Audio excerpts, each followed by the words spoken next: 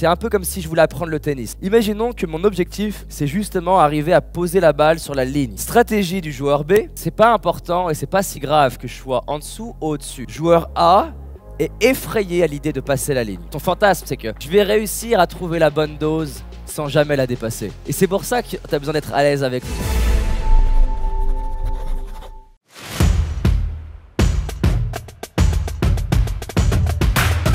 Un bon moyen de savoir s'ajuster soi-même, c'est de regarder justement où est-ce que j'ai un penchant.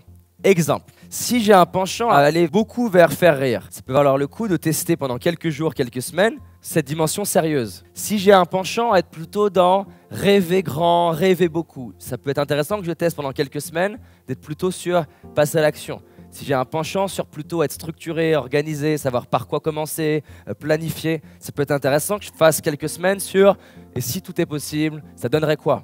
C'est une bonne stratégie, le côté « je vais dans un sens, je teste ce qui se passe, j'ajuste, je teste ce qui se passe ». Si par exemple vous avez un biais à tendre vers créer quelque chose de plutôt paisible et calme dans vos relations, vous allez forcément avoir à côté une tendance à plutôt ne pas dire que dire. Vous allez avoir une tendance à plutôt attendre de dire plutôt que dire spontanément pour éviter le risque de dire trop vite, de manière maladroite ou de dire avec trop d'intensité. Donc, est-ce qu'il y a du génie là-dedans? Oui, il y a de la beauté. Mais ça peut être intéressant d'essayer de quelques semaines à plus de spontané, plus potentiellement virulent parfois pour me trouver là-dedans. C'est un peu comme si je voulais apprendre le tennis. Imaginons que mon objectif, c'est justement arriver à poser la balle sur la ligne. Il y a deux joueurs.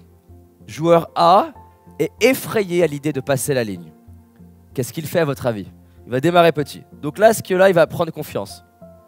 Oui, puisqu'il y a de l'espace. Qu'est-ce qu'il va faire? Plus loin.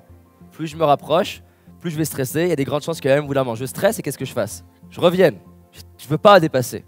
Stratégie du joueur B se dit, ok, c'est pas important et c'est pas si grave que je sois en dessous ou au-dessus. Ma priorité, c'est ma vision, c'est d'être le plus rapidement possible, être capable de poser la balle ici. Donc qu'est-ce que je fais? Voilà, une fois je vise là, l'autre fois je fais quoi? Plus loin.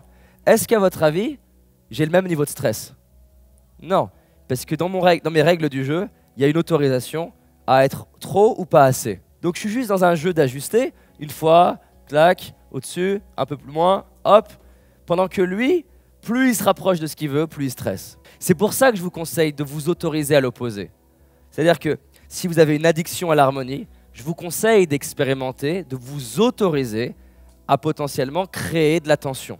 Si tu es addict, imaginons qu'ici c'est l'harmonie et là c'est le conflit. Le risque c'est que tu vas te dire, ton fantasme c'est que oui, justement tu vas faire comme joueur A, je vais réussir à trouver la bonne dose sans jamais la dépasser. Mais en fait non, tu vas pas réussir à trouver la bonne dose sans jamais la dépasser.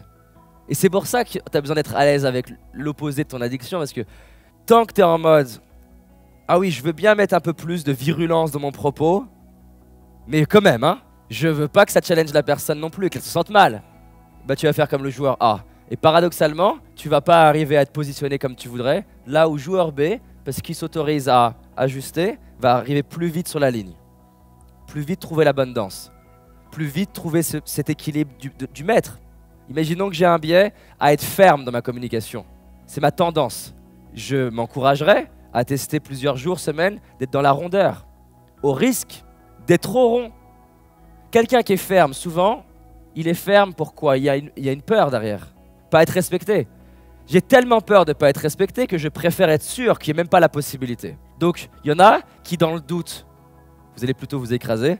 D'autres qui, dans le doute, vont plutôt écraser. C'est normal, c'est juste la dimension humaine. Mais tant que j'accepte pas que potentiellement, oui, je vais peut-être, entre guillemets, trop être souple et peut-être au risque de me faire un peu écraser, tant que j'accepte pas cette dimension-là, je vais avoir du mal à être bon dans mon curseur.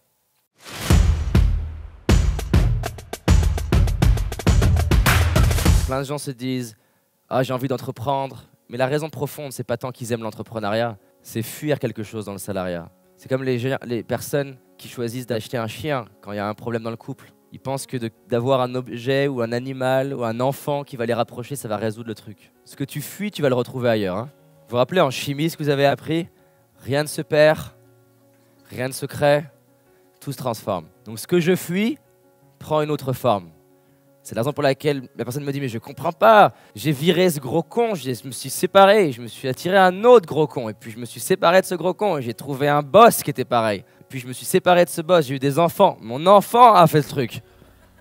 Putain, fuck, ce que j'essaye de fuir réapparaît tout le temps. » Un exemple typique, c'est « ah, je supporte pas la violence dans le monde, parce que je supporte pas la violence et que je suis pas à l'aise avec ça, je vais avoir des fois tendance à être attiré par des gens qui ont une forme de violence. Je me mets en couple et j'ai de la violence conjugale. Je fuis ça 2, 3 fois. Et parce que je ne suis pas à l'aise avec la violence, je me crée une relation avec mon enfant qui, parce que moi, j'arrive pas à la gérer, j'arrive pas à lui enseigner à la gérer non plus. Et je me retrouve à avoir un ado qui est violent avec moi parce que j'arrive pas à poser mes limites, parce que j'arrive pas à poser un cadre. Mais en fait, c'est pas que la vie m'en veut, la vie m'aime trop pour me laisser tranquille. Jusqu'à temps que j'apprendrai à voir la beauté de la violence et savoir poser un cadre, savoir dire non, savoir poser des limites. Tu vas à l'aéroport et la personne de l'aéroport te dit « Désolé, monsieur Laroche, votre avion est plein, on peut pas vous prendre. On a fait du surbooking. » Qui ne rentrent pas dans l'avion? Ceux qui sont pas à l'aise avec la violence, en eux-mêmes. Ceux qui sont pas à l'aise avec cette notion de prédateur et basculent en proie. Ils se disent « Ah, j'ai pas eu de chance. » Une partie, c'était pas de chance. L'autre partie, c'est que tu as laissé faire. Donc, faites attention dans vos visions à ne pas mettre des choses qui sont une fuite. Parce que vous pouvez aller à l'autre bout de la planète. Ce que vous fuyez, vous allez le retrouver. Hein, tant que tu n'as pas appris à l'aimer.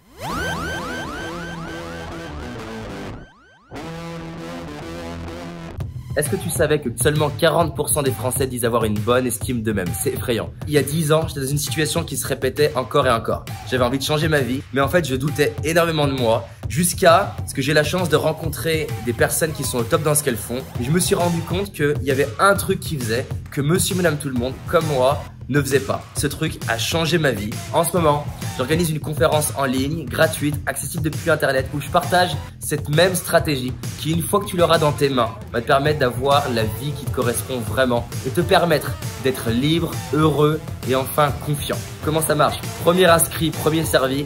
Donc voilà, prends ta place. Je te dis à très vite pour cette conférence en ligne, accessible depuis partout, ton téléphone, ton ordi, et je te partagerai cette stratégie qui a changé ma vie. Allez, à toutes.